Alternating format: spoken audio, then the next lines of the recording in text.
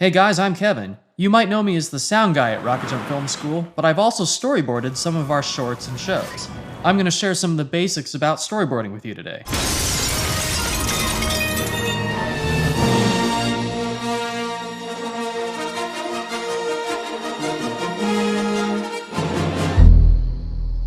Storyboards are illustrations that represent the shots that will ultimately make up a movie. They allow you to build the world of your film before you actually build it. There aren't any strict exacting rules on how to do storyboards. Conveying information is what's important. Storyboards are ultimately a technical document, a tool. So it doesn't matter if you're a skilled illustrator or not. This can work just as well as this. Wait, You could take care of it. yeah, it's no problem. Tell me to put it on my tab. Even if you struggle with perspective or can barely draw a stick figure, you can still convey what types of shots you want and their basic composition. Who storyboards? Typically, the director sits down with a storyboard artist to help articulate their vision. However, it's not uncommon for cinematographers and production designers to join in the process as well. At Rocket Jump, I usually meet with the director and produce rough thumbnail sketches that summarize the important information in each panel, and then afterward I'll fill in the details on my own, meeting with the director once again after completing the panels to make sure everything works. We'll then share the completed panels with the rest of the team. So let's break down the parts of a storyboard. The panel, or frame, is a rectangle that represents what the camera will see. Panels come in a bunch of different shapes. Pick a panel shape that matches your shooting aspect ratio. Square, widescreen, really widescreen. A person drawn really small in the panel is a wide or establishing shot. A big head taking up half the panel is a close-up. What an excellent day for an exorcism. You'd like that? Deciding where you put the person in your frame is the basis of your composition. This may seem really basic, but this has a huge impact on how you prepare for your shoot. These illustrations give your cinematographer a starting point. Things like camera angles, lighting, depth of field, the whole gamut of decisions can be informed by the storyboards. It's also a great way to decide what you'll need out of your locations. Do you really need a giant bottomless pit? Or can you get away with one visual effects wide shot and then cover the rest in tighter shots? Okay, let's talk about arrows. So now that we have a panel with a character in it, let's say that character is moving to the left. By drawing an arrow pointing to the left, we show where that character, or door, or dinosaur is moving. There's no real rule to drawing arrows, and everyone has their own personal style, but what's important is that your arrows are easy to read and make sense. Here's some examples of arrows. Arrows for characters moving towards camera. Arrows for characters moving away from camera. This character's kneeling down, and this character's head is falling off. Arrows within the panel usually mean a subject is moving in the shot. Arrows around the edges usually imply some sort of camera movement. So here, the raptor lunges right, and the camera pans left. Now let's talk about camera movement. Camera movement arrows also aren't really standardized, but let's go over some common ways camera movement is illustrated. Dolly movements are typically done with one arrow, often narrowing a little bit to suggest movement in or out of 3D space. Both dolly shots and zooms can also be illustrated by placing arrows in all four corners of the panel. This shows a widening, or narrowing, of perspective. You can draw a panel within your panel to show how far your dolly or zoom goes.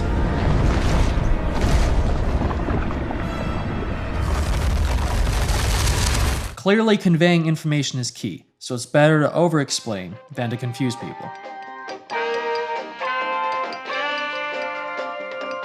Pans are often shown with an arrow on the side of the panel, either pointing to the left or to the right. Tilts up and down are done much the same way, except with the arrows at the top or bottom of the panel. You can also elongate the panel to fit the entire shot in a single drawing. Since this can get a little confusing, it's okay to make a note indicating whether or not the shot is tracking versus panning or dollying versus zooming, because arrows are often used the same way in both instances. You can make your notes beside the panel or in the arrow itself. Sometimes you'll need more than one drawing to illustrate what's happening in a single shot, especially if it's a really complicated action or camera movement. When you take panels with angle, composition, on-screen movement, and camera movement, and then combine these panels into a sequence, you have the foundation of your movie.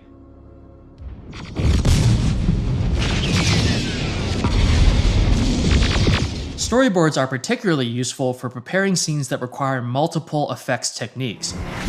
For this scene from Truck Flipper vs. Bus Puncher, we used storyboards to decide what was going to be stunts, what was going to be practical on-set special effects, what was going to be green screen, and what was going to be CGI, based on exactly what kind of action was needed in each specific shot. Without planning ahead, a scene like this would have been impossible to shoot in the amount of time we had available. Storyboards are typically created based off a completed script, but if you're doing a story that's extremely visual, storyboards essentially can be your script, like with Mad Max Fury Road. Since it's such a visual film, the beats were more effectively planned out with pictures than with text on a page. While this is an extreme example, this holds true for preparing all visually complex scenes. There's also plenty of other alternatives to storyboarding. Stanley Kubrick used actual photos from his location scouts to find his compositions. It's also worth mentioning that filmmakers who've adapted comics and graphic novels often use the original artwork essentially as storyboards for the final film. You can make animatics of your sequences on your computer to include motion and timing. You can also videotape your previs, which is really useful for complex action.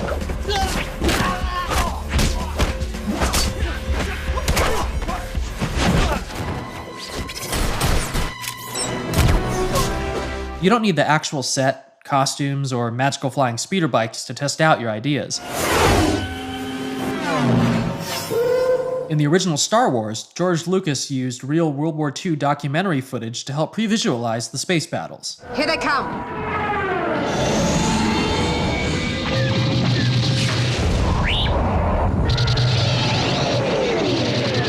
Animation has also been used to help capture complex sequences. Jurassic Park used stop-motion animation to pre-visualize the dinosaur scenes. When the decision was made to use CGI in the final film, they'd already planned ahead in painstaking detail and knew exactly what specific movements the CGI was going to need to be able to do.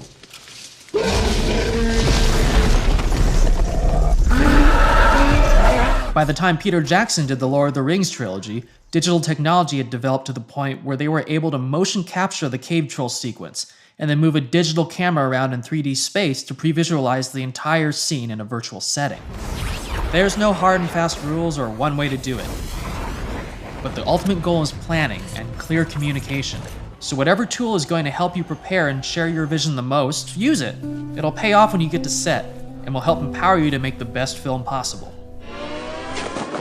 If you have any questions or would like to share some of your own storyboards, please visit our forums.